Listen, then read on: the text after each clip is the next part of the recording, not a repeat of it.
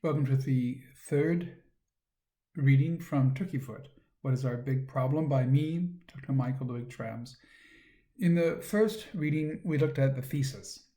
It basically regards deadlock and how it arises, and I offer in that introduction to this book that there will be answers provided, so some ideas how we can get beyond it. In the second, I talk about who am I, this person who wants to make these suggestions. And now in this, the third section, it regards the topography.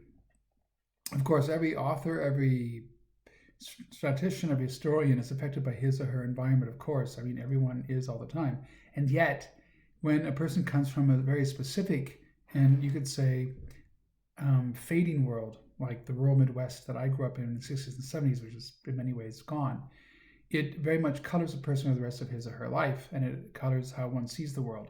And this book, Turkeyfoot, named after a prairie grass art, a kind of grass breed, a species, Turkeyfoot. Well, you'll hear. Here it goes.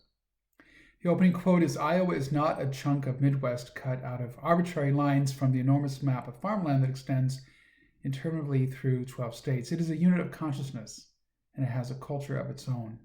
It exists in a way that Pennsylvania or New York do not. It is a state in the way that, say, Norway is a nation."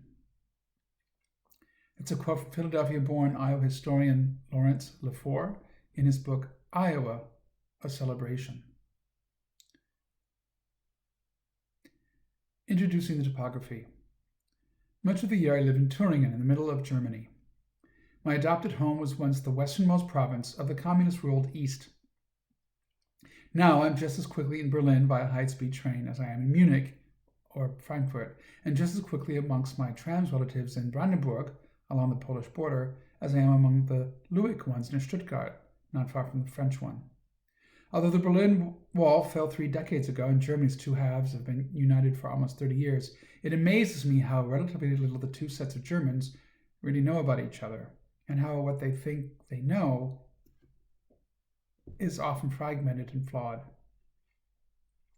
As an Iowan, I know this dynamic too well. I come from flyover land and countless times have endured the ignorance and arrogance of my East and West Coast compatriots who have taken those of us from the heartland for granted for far too long at their own peril and real cost.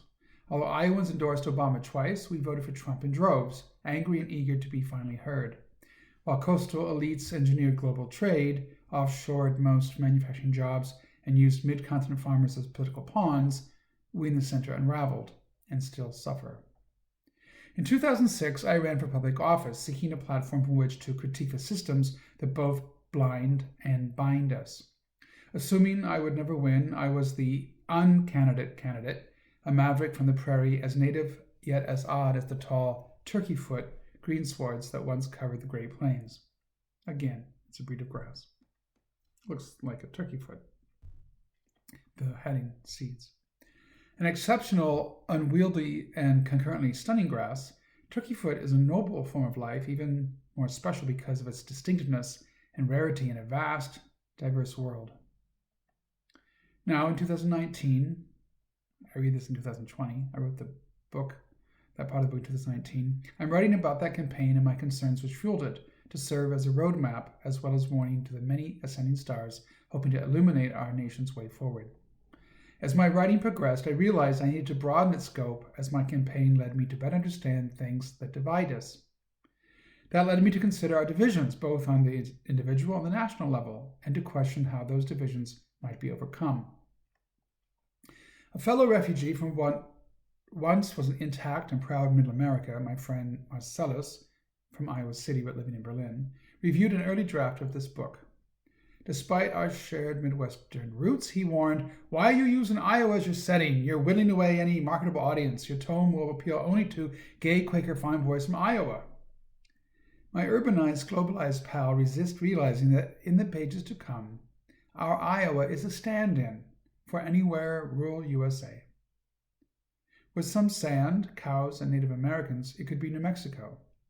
Add water, palms, and baying hounds, it would be a bayou in Louisiana or in the southeast Tidewater. Venture beyond Seattle, you'll find Des Moines. Literally, Des Moines, Washington. What state? West of Portland, Oregon, lie the hills of Iowa. It's the geographic region and a phenomena. Outside of booming Boston's endless exurbia, rural New England's social ills resemble our own. Beyond the poetic qualities of focusing on a waning Iowa are practical ones. If we are to lock in carbon on a scale large enough to mitigate the most extreme effects of global warming, that project won't take place primarily in cities, but rather in rural areas. Only actions like restorative agriculture, reforestation, and similar efforts will make an abundant difference soon enough. We cannot reinvent our world if we do not include land outside city limits. Doing so is requisite. As Kansas native son Dwight Eisenhower said, "Whatever America hopes to bring to pass in the world must first come to pass in the heart of America." The relatives with whom I again find myself at war also are stand-ins. While they likely will take what I'm about to reveal about our broken family as familial treason, yet again, our misery could be that of many millions of American families, as the core of our feud is about values and experiences. Textbook irreconcilable differences continue to tear us apart. If liberal city folk wish to finally comprehend what's wrong out in the heartland, they need first to truly understand and care about those of us who populate and love rural America. There is no country separate from those of us in the country. A nation consists of communities, which consist of families, familiar microsystems, mere macro ones. To heal a nation, we must heal its families and their homes. What better place to begin both our autopsy as well as our rebirth than in America's heartland? Upper Midwest literary figure Hamlin Garland called Iowa the middle border. One time, Iowa State University writing instructor Michael Martone says in Iowa, a celebration, again, from him came the opening quote, that, quote, "On one level, we sense that somewhere within the borders of Iowa, the east ends and the west begins. The middle border also implies that Iowa is the setting for transformation and change, even while it embraces stability and calm. The middle border, like all borders, divides even while it connects." Unquote. Perhaps here, then, lie the roots of a new national understanding, our homecoming. You can order this book by going to our Square site. The address is available on the internet. This story continues as an ebook, also available at Amazon.com. Enter my name, Michael, space, Luick-Trams. Spelling is also readily available on the internet. And you can get more information about these stories in general at www.traces.org, traces.org. And you can reach our staff at traces.org. Thank you for your interest. Please tell others about it. Join our YouTube channel family, which is growing, and see our Traces Bruin Facebook pages, and tell people about these readings. I will be continuing over a regular period of time in the next few days, reading more of them. Thanks for your interest, and tune in again soon.